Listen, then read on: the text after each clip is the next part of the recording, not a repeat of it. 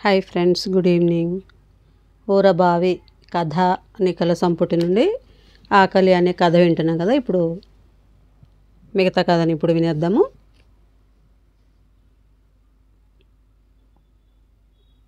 చిన్ని మళ్ళీ చింత చెట్టు మొదట్లో పడింది. పాత చింత చెట్టు, మునుపటి చెట్టు, శాశ్వతంగా చింత చెట్టు. తల చెట్టుకు కొట్టుకుంది. కష్టంలో ఉన్న కూతుర్ని చూచి తల్లి కన్నీరు నింపినట్లు చింత చెట్టు నీటి బొట్లు రాల్చింది.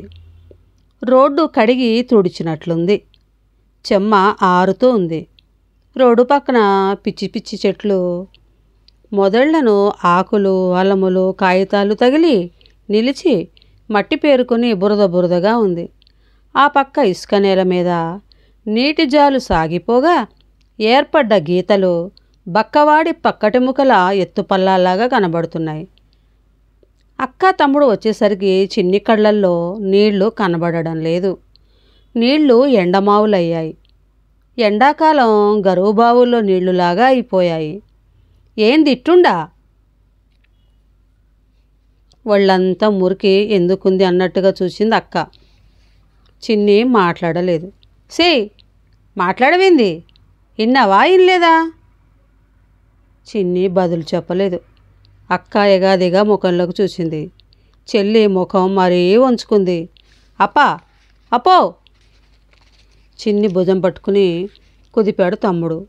వాడి చేతివేళ్ళు లేత బెండకాయల్లా నవనవలాడుతున్నాయి. అక్క తమ్ముళ్ళ బట్టలు అతుకులు పడ్డాయి. తలలకు నూనె లేదు. తలలోంచి చెంపల్లోంచి నీళ్లు జారుతున్నాయి. తమ్ముడు చలికి వణుకుతున్నాడు. మనమ్మ మూలుగుతా ఉంది. సిన్ని సిన్ని అని అడుగుతా ఉంది. రాయే, దా పోదాం. అమ్మ మాట, అమ్మ అనే మాట వినేసరికి చిన్నికి వణుకు పుట్టింది. నిండు నెలలతో మంచం మించి లేవలేని అమ్మను తలుచుకుంటుంటే ఏడుపు వస్తూ ఉంది. తనకా తిండి లేదు, అమ్మకు లేదు. తనా తిరగలదు, అమ్మ తిరగలేదు, లేవలేదు. తనే నయం. తనకంటే అమ్మ కనా కష్టం. చిన్ని అమ్మ కష్టం చూడలేదు. చూచి ఏడుపు భరించలేదు. ఏడిచే ఓపిక లేదు. గుండెల్లో తడయింది. కళ్ళు ఎండిపోయాయి. తల మీది నీటి బొట్టు చెంపల మీదుగా జారి పెదాల్లోకి పోయి మాయమైంది. రెండు చేతులతో జుత్తు పైకి ఎగదోసుకుని అక్కవైపు తమ్ముడు వైపు మార్చి మార్చి చూసింది చిన్ని. అక్కకు 10 ఏళ్ళు. అక్క అమ్మకు చేదోడు వాదోడు. అమ్మ లేవలేక అమ్మ పనులన్నీ అక్క చేయటం ఈ మధ్య మొదలైంది. చెల్లికి తమ్ముడికి నీళ్లు పోస్తుంది, ఒళ్ళు తుడుస్తుంది, ఉంటే బట్టలేస్తుంది. అక్కకు చిన్నంటే ఎక్కడలేని ఇష్టం.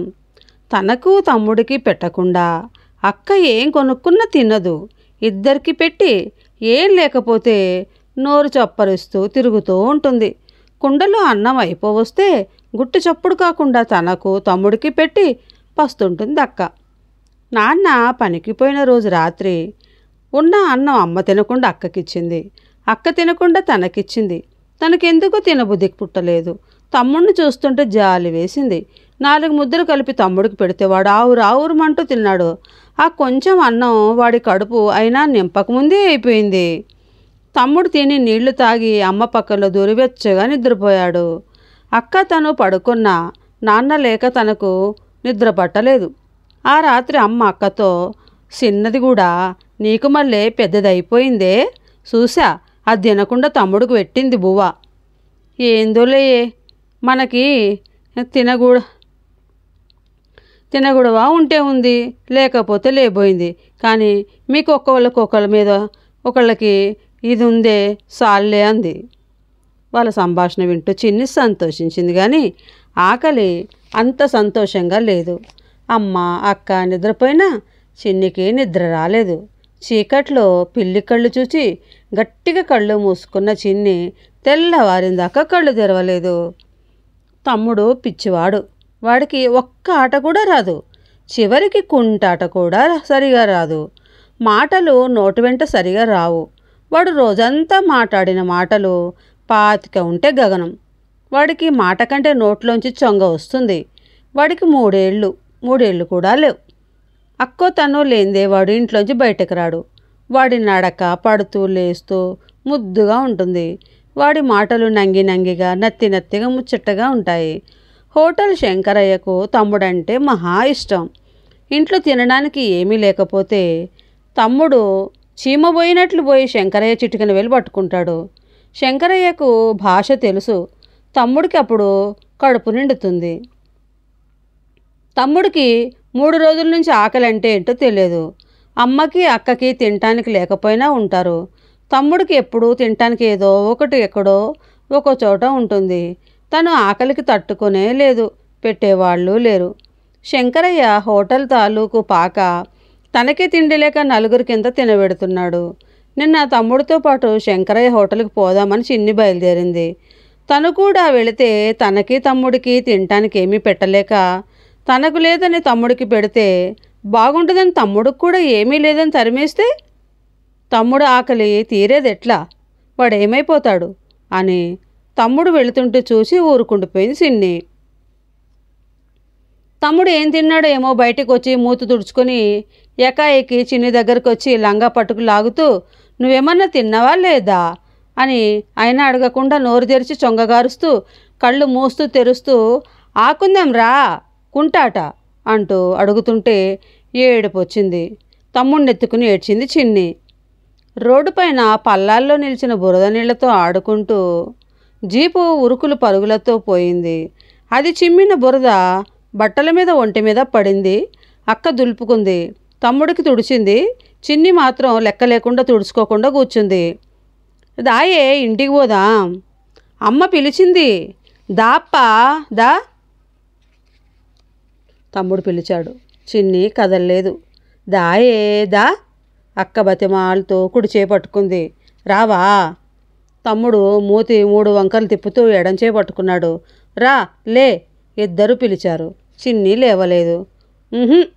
అక్క తమ్ముడు చేతులు వదలలేదు. రా లే. నేను రాను, ఈడే ఉంటా. నువ్వు బోరా. చిన్ని కదలకుండా కూర్చుంది. అమ్మ ఏడుతుంది అక్క చెప్పింది. దాప్పా దా బోదాం రా. నేను ఇప్పుడు రానురా, మళ్ళొత్తా. నువ్వు బోరా. అక్క తమ్ముడు చిన్ని చేతులు వదిలిపెట్టారు. చిన్ని అక్కడి నుంచి లేవలేదు. అక్కని తమ్ముడిని చూస్తుంటే చిన్నికి అమ్మ నాన్న గుర్తుకొచ్చారు. అక్క అచ్చంగా నాన్నలాగా ఉంటుంది. నాన్నకి తనంటే ఎంతో ఇష్టం. పూలు తెస్తే తనకే ఇస్తాడు. తనని జోకొడుతూ నిద్రపోతాడు. తను లేకుండా ఇంట్లో ఉంటే అన్నం తినడు. నా కూతురు నా అదృష్టం అని పొంగిపోయే తండ్రి గుర్తుకొచ్చి చిన్ని ఎండిన పెదాల మీద అమృతం లాంటి తడి పాకింది. తను తండ్రి భుజాల మీద తప్ప కింద దిగి నడవలేదు. రాత్రివేళ నిద్ర పట్టకపోతే నాన్న తనని గుండెల మీద వేసుకుని నిద్రపుచ్చేవాడు. తండ్రి గుండె చప్పుడు వింటూ గుండెకు దగ్గరగా ఉంటూ ఆ హృదయం వింటూ తను పెరిగింది. నాన్న ఉంటే తిండి ఉంటుంది, తిండి లేకపోయినా ఇంత ఆకలి కాదు. నాన్న లేక, కూడు లేక, వానలో చలిలో బట్ట లేక, ఇల్లు సరిగా లేక, లేవలేని అమ్మ కష్టం చూడలేక ఉన్న చిన్ని కడుపులో, ఒంట్లో, కంట్లో, చేతుల్లో, కాళ్ళలో, ప్రతి రక్తం బొట్టులో, ప్రతి వెంట్రుక పాదులో, ప్రతి స్వేద రంధ్రంలో ఆకలి 1000 నాలుకల నాగులాగా కాటు వేస్తూ ఉంది. తమ్ముడు పూర్తిగా అమ్మ పోలిక. కనుముక్కు తీరులో అచ్చుగుద్దినట్లుగా అమ్మలాగా ఉంటాడు. అమ్మ కళ్ళలో ప్రేమలాగా తమ్ముడి చేయి చిన్ని భుజం మీద ఉంది. చిన్ని ఎందుకైనా ఏడిస్తే తమ్ముడు చూడలేడు. చిన్ని చిన్ని చేతులతో తుడుస్తాడు. అమ్మ ఎంతగా లేవలేకపోయినా కదలేకపోయినా